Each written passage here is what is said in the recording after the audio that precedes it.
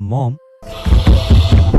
हर रात अजीब आवाजों से मेरी नींद खुल जाती थी। मुझे यकीन था कि दीवार के अंदर कोई है, इसलिए मैं अपने पेरेंट्स के पास गया। मैंने उनसे कहा कि शायद कोई दीवार में रह रहा है, लेकिन जब मॉम ने देखा तो उसने कहा ये बस ओल्ड हाउस के सेटलिंग की आवाज है। उस रात मुझे फिर से अकेले ही उसका सामना करना पड़ा, उस डर का जो उस दीवार में छिपा था। लेकिन इस बार कुछ अलग था। दीवार के अंदर की चीज ने बात की। मैं डर कर बेड से कूद पड़ा। मैंने पूरी ताकत से डैड को पुकारा। वो आए और उन्होंने अपना कान दीवार से लगाया।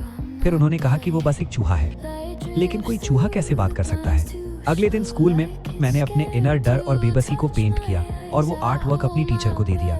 जब उसने उसे देखा तो उसने मेरे घर आने का फैसला किया। उसने ड्राइंग मॉम को दी, लेकिन मॉम ने बस एक नजर डाली। उसने कहा ये बस बच्चे की इमेजिनेशन है। कुछ बातचीत के बाद उसने टीचर को वापस भेज दिया। उस रात अजीब आवाजें फिर लौट आईं, लेकिन इस बार दीवार की आवाज नरम थी। उसने कहा कि मुझे एक दोस्त की जरूरत है। वो सही था, मैं अकेला था, तो हम दोस्त बन गए। उस दिन से मैं ज्यादा मुस्कुराने लगा, लेकिन इससे स्कूल बुली गुस्से में आ गया। स्कूल के बाद उसने मुझे पीटा।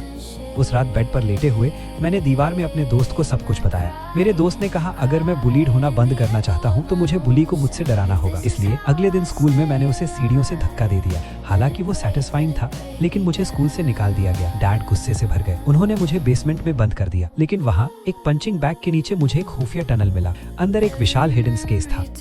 कुछ दिनों बाद मॉम ने मुझे बाहर निकाला। उसने कहा कि मुझे कभी स्कूल वापस नहीं जाना पड़ेगा, अब कोई बुलीज नहीं। मैंने खुश होने का नाटक किया, लेकिन मेरे पेरेंट्स में कुछ अजीब लग रहा था।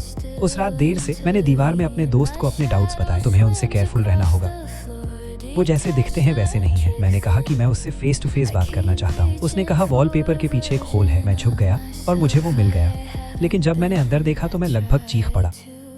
मेरा पूरा शरीर कांप रहा था। मैंने पूछा वहाँ कौन है? उस आवाज ने कहा वो मेरी ओल्डर सिस्टर है। वो मेरे बड़े होने का इंतजार कर रही थी ताकि मैं उसे उस दीवार से भागने में मदद कर सकूं। मैं डर गया। मैं लड़खड़ाता हुआ बेड तक वापस आया, लेकिन कुछ ही पलों बाद मैंने अपने डोर पर तेज नॉकिंग सुनी। मैं दरवाजे को घूरता रह गया। डोर नॉब घूमा, दरवाजा खुल गया, लेकिन वहाँ कोई नहीं था। मेरा दिल जोर से धड़क रहा था। मॉम। अचानक पास ही किसी ने मेरा नाम पुकारा। डैड वहाँ खड़े थे, मुझे घूरते हुए। उनके चेहरे पर सबसे ट्विस्टेड एक्सप्रेशन था। देखो तुमने माँ के साथ क्या किया पीटा।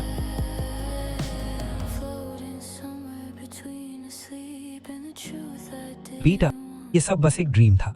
अगली रात दीवार से मेरी सिस्टर मुझे मनाती रही। उसने कहा हमारे पेरेंट्स मुझसे नफरत करते हैं, जब वे मुझसे थक जाएंगे तो वे मुझे मार देंगे और मैं अगला होऊंगा जो दीवार के अंदर बंद किया जाएगा। मैंने उस पर विश्वास नहीं किया, लेकिन उसने कहा गार्डन में एक सीक्रेट दबा हुआ है। अगली सुबह जल्दी में उस जगह गया जो उसने बताई थी। एक पल बाद मैं जड़ हो गया। मिट्टी में दफन एक स्केलेटन था। तभी मॉम मेरे पीछे आकर खड़ी हो गई।